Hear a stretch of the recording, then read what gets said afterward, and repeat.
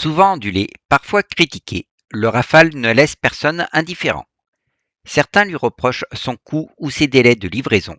Mais avant de plonger dans les chiffres et les performances, il faut comprendre ce qui le rend vraiment unique face à ses rivaux. La clé, un seul mot, OmniRule. Conçu dès l'origine pour remplacer 7 types d'avions différents dans l'armée de l'air et la marine nationale, du Jaguar au Super Étendard en passant par le Mirage F1, le Mirage 2000 et le Crusader, le Rafale est bien plus qu'un multirôle classique. Là où beaucoup d'avions demandent une reconfiguration au sol entre deux missions, lui enchaîne ou combine interception, frappe au sol, reconnaissance, supériorité aérienne dans un seul et même vol. C'est ce qui l'a rendu si efficace en Libye, au Mali ou en Syrie. Là où l'Eurofighter a progressivement développé ses capacités air-sol après une priorité initiale interception, et où le F-35 mise avant tout sur la furtivité et le combat réseau, le Rafale incarne l'indépendance totale. Souveraineté technologique, polyvalence sans compromis et capacité à tout faire, sans dépendre d'un allié.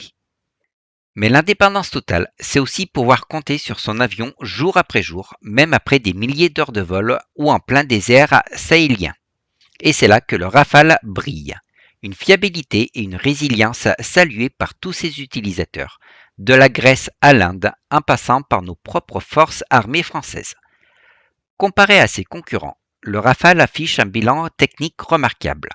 Sur des centaines d'appareils et des dizaines de milliers d'heures de vol en conditions réelles, Libye, Mali, Syrie, Irak, Indo-Pacifique, les accidents d'origine purement technique restent extrêmement rares.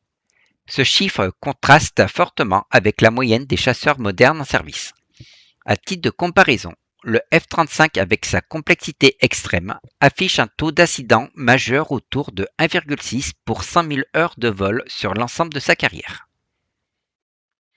La fiabilité du Rafale s'explique par des choix de conception délibérés et éprouvés.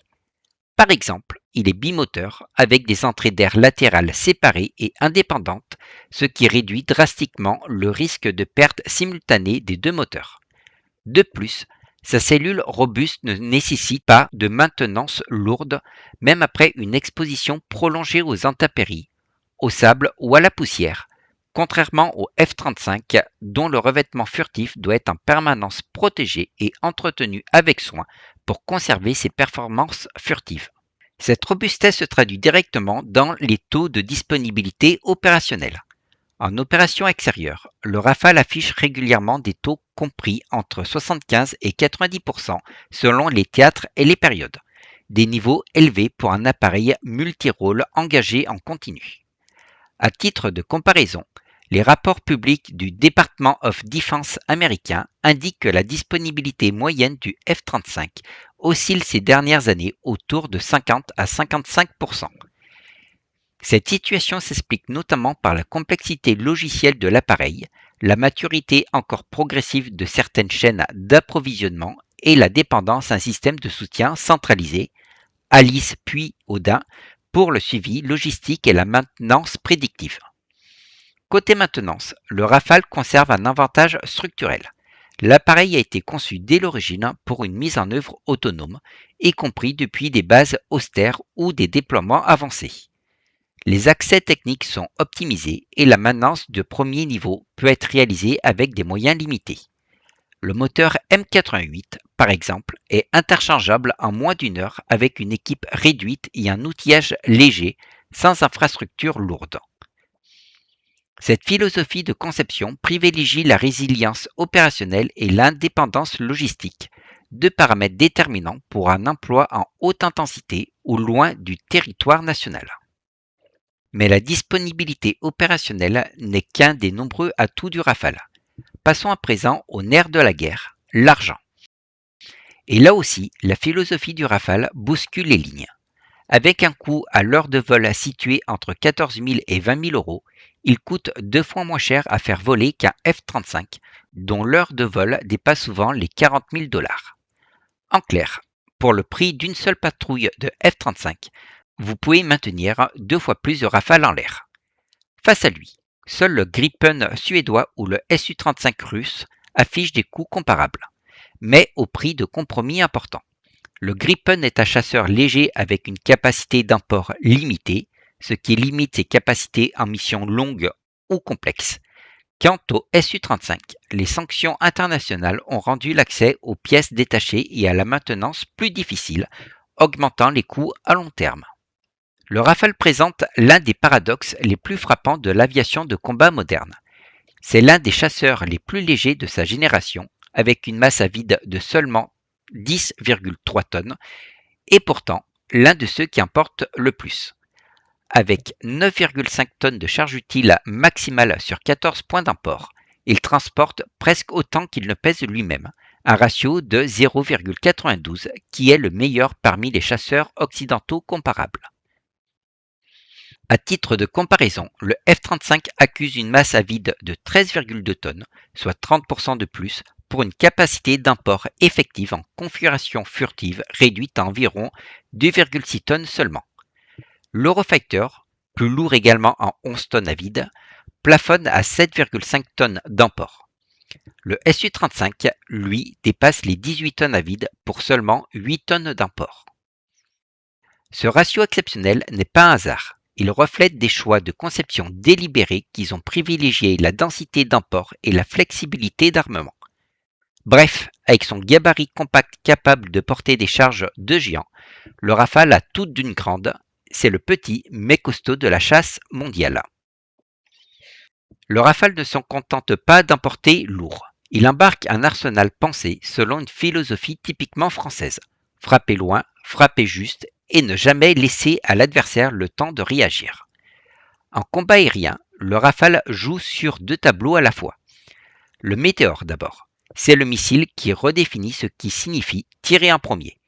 Son moteur stratoréacteur lui permet de maintenir une vitesse élevée jusqu'au bout de sa trajectoire, là où les missiles classiques ralentissent et deviennent évitables. Résultat, sa zone de non-évasion est estimée 3 fois supérieure à celle de l'AMRAAM américain. Concrètement, quand le Météore est tiré, l'adversaire n'a souvent plus d'issue. Le Mika ensuite. C'est le couteau suisse du combat aérien. Il en existe deux versions, infrarouge et électromagnétique. La version infrarouge est particulièrement redoutable. Elle permet d'engager une cible sans allumer le radar, en silence total. Et avec une portée atteignant 80 km contre 18 pour l'AIM-9X américain. Le Mika-IR efface la frontière entre combat rapproché et longue distance. Au sol, le Rafale frappe avec l'A2SM, l'armement air-sol modulaire. Ne vous fiez pas au nom sobre, c'est l'une des munitions air-sol les plus sophistiquées au monde. L'A2SM peut être tiré à plus de 70 km de la cible, depuis n'importe quelle altitude, avec un fort déport latéral, ce que les JDAM américains ne savent pas faire. Sa version laser infrarouge détruit les cibles mobiles, y compris des chars en mouvement, avec une précision métrique. Le Rafale tire et repart, la cible n'existe plus. Pour les frappes en profondeur, le Rafale emporte le Scalp, un missile de croisière furtif, autonome, capable de voler plus de 500 km en rasant le terrain pour éviter les radars. Il pénètre les bunkers, détruit les centres de commandement et n'a pas besoin que le Rafale s'approche de la zone de danger. C'est la capacité de frapper n'importe où, sans s'exposer. Soyons honnêtes, le Rafale a une lacune. Depuis le retrait du missile anti-radar Martel à la fin des années 1990, la France ne dispose plus d'armes dédiées à la destruction des défenses sol-air adverses, ce qu'on appelle l'ACID. Aujourd'hui, le Rafale contourne le problème. Spectra localise les radars ennemis par triangulation et l'A2SM ou le Scalp les traite. Ça fonctionne dans les environnements moyennement contestés. Face à un S-400 dense et bien protégé, c'est insuffisant et les armées françaises le reconnaissent officiellement. Mais cette lacune a une date de péremption. Le Sandar F5, attendu entre 2033 et 2035, intégrera le missile antiradar RJ-10 et le Smart Cruiser, une arme en essaim capable de saturer et détruire les systèmes A2AD les plus modernes. Le Rafale F5 n'aura plus de points noirs. Emporter beaucoup d'armement, c'est bien, mais le porter loin, c'est encore mieux. Comparé à un F-35 ou un Su-35, le Rafale emporte moins de carburant en interne, mais son rayon de combat typique reste similaire grâce à plusieurs facteurs. D'abord, ses moteurs M88, très économes en carburant, offrent un excellent rendement énergétique. Ensuite, sa capacité d'import peut être considérablement augmentée jusqu'à 3 réservoirs externes de 2000 litres chacun, ce qui plus que double sa quantité de carburant. Les futures versions intégreront des réservoirs conformes CFT pour améliorer encore cette capacité. Enfin, le Rafale est le seul avion à disposer du système de ravitaillement Buddy-Buddy permettant d'étendre significativement son autonomie lors des déploiements autonomes. Cette combinaison de caractéristiques fait du Rafale un appareil particulièrement adapté aux missions longue distance et aux opérations autonomes. Quand on compare les avions de combat modernes, on fait souvent l'erreur de ne regarder que les chiffres. Mais derrière les chiffres, il y a des philosophies de guerre radicalement différentes. Commençons par le Su-35. Si le combat tourne au duel rapproché, c'est lui le patron. Grâce à sa poussée vectorielle et à son excellent rapport poussée-poids, il peut exécuter des manœuvres aux limites de ce que la physique autorise. Cependant, cette agilité a un prix. Avec une surface radar estimée à plus d'1 mètre carré, il brille comme un phare dans la nuit sur n'importe quel écran radar ennemi. À l'opposé, le F-35 mise tout sur la furtivité passive. Son objectif est d'abattre ses adversaires avant même d'avoir été détecté. Mais cette invisibilité est fragile. La moindre éraflure sur son revêtement absorbant, la moindre usure ou une simple trappe mal ajustée et son avantage à s'effondrer.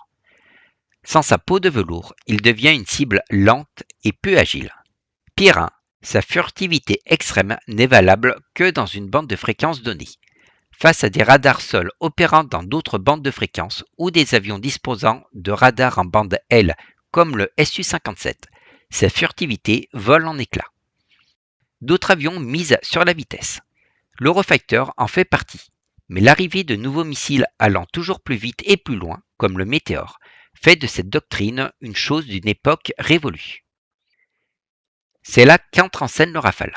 L'avion de Dassault ne cherche pas à être le plus invisible, le plus agile ou le plus rapide, il cherche à être le plus intelligent. Des plans canards optimisant l'écoulement de l'air remplacent une coûteuse et complexe poussée vectorielle. La vitesse de pointe de Mach 2 a été tronquée contre une véritable capacité de supercroisière en configuration RR, et sa furtivité n'est pas qu'une question de peinture, elle est électronique. Avec Spectra, le Rafale ne se contente pas de réduire son éco-radar. Il brouille, il leurre, il déforme sa signature pour rendre tout verrouillage impossible. Ainsi, même détecté, il reste insaisissable. Pour résumer, si le Su-35 est un boxeur poids lourd et le F-35 un tireur d'élite caché dans l'ombre, le Rafale, lui, est un escrimeur. Il est le seul capable de jouer sur tous les terrains, assez discret pour approcher l'assassin, assez agile pour terrasser la brute. C'est ça la définition d'un avion réellement omnirôle. Rester discret et être agile c'est bien, mais il faut également voir sa cible ou être alerté dès qu'on est détecté. Le F-35 dispose de l'une des architectures de fusion sensorielle les plus intégrées en service.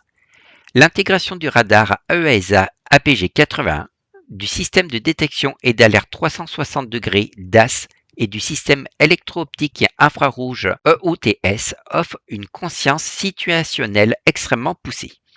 Il bénéficie également de la liaison de données MALD Multifunction Advanced Data Link à faible probabilité d'interception, ce qui lui permet de transmettre et de recevoir des données tout en restant très discret. Le Rafale est également équipé d'un radar électronique à antenne active, le Thales RBE2AA, qui lui offre une détection et une identification précise des cibles, même en situation difficile. Son optique secteur frontal, OSF, lui permet de détecter ou de traquer des cibles à plusieurs dizaines de kilomètres. Pour la guerre électronique, le Rafale s'appuie sur la suite Spectra. Outre le fait de brouiller et de modifier sa signature radar, Spectra lui permet également de bénéficier d'une détection 360 degrés et d'une géolocalisation précise des émetteurs ennemis. Ces performances ont été mises en avant lors de conflits modernes où les avions français ont pénétré un territoire hostile avant que les groupes SID américains. Lors d'exercices internationaux, les Rafales ont également rendu inopérants les radars d'avions russes, démontrant leur supériorité en matière de guerre électronique.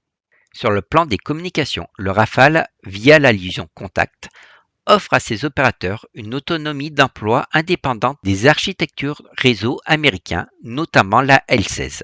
C'est un point stratégique pour les pays attachés à leur souveraineté opérationnelle et justement, le Rafale est la seule plateforme occidentale de ce comparatif exempté de réglementation ITAR. Cette caractéristique confère aux opérateurs une liberté d'emploi opérationnelle totale et évite les restrictions de réexportation ou d'utilisation conditionnées par Washington. Il intègre nativement des armements souverains, permettant à ces opérateurs de constituer un système d'armes complet sans dépendance externe. Concernant les autres avions, le F-35 impose à l'inverse une forte dépendance à la chaîne logistique américaine, avec des restrictions d'utilisation possibles en cas de tension géopolitique avec les États-Unis. L'Eurofighter présente un profil intermédiaire, consortium multinations, mais l'implication de plusieurs pays crée autant de barrières à lever. Le Su-35 implique une dépendance totale à la Russie, notamment au niveau de sa maintenance, ce qui est aujourd'hui problématique pour ses opérateurs. Pour conclure, le Rafale n'est pas l'avion le plus furtif, le plus rapide ou le plus agile de ce comparatif, et c'est précisément son ambition.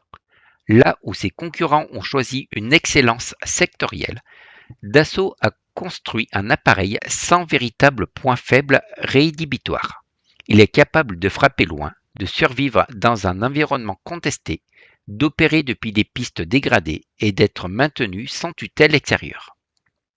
Dans un monde où les guerres se gagnent autant sur la chaîne logistique que dans le ciel, cette cohérence entre performance, disponibilité et souveraineté constitue peut-être son avantage le plus durable.